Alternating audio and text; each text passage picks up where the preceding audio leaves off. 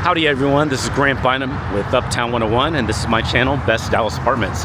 Hey, we're at the very recently built the Storey Apartments in Dallas, Texas. It's the Storey Apartments in Dallas, Texas. So I want to chat with you about the parking today. So the Storey is a gated community.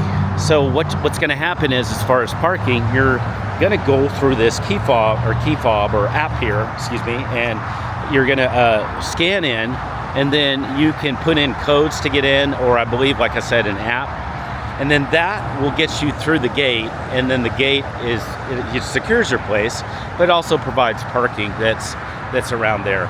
So you can see some of the cars parked.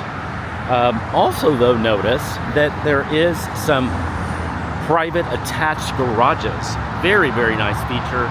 Those are right here, and those are right under each apartment, and that's what it looks like.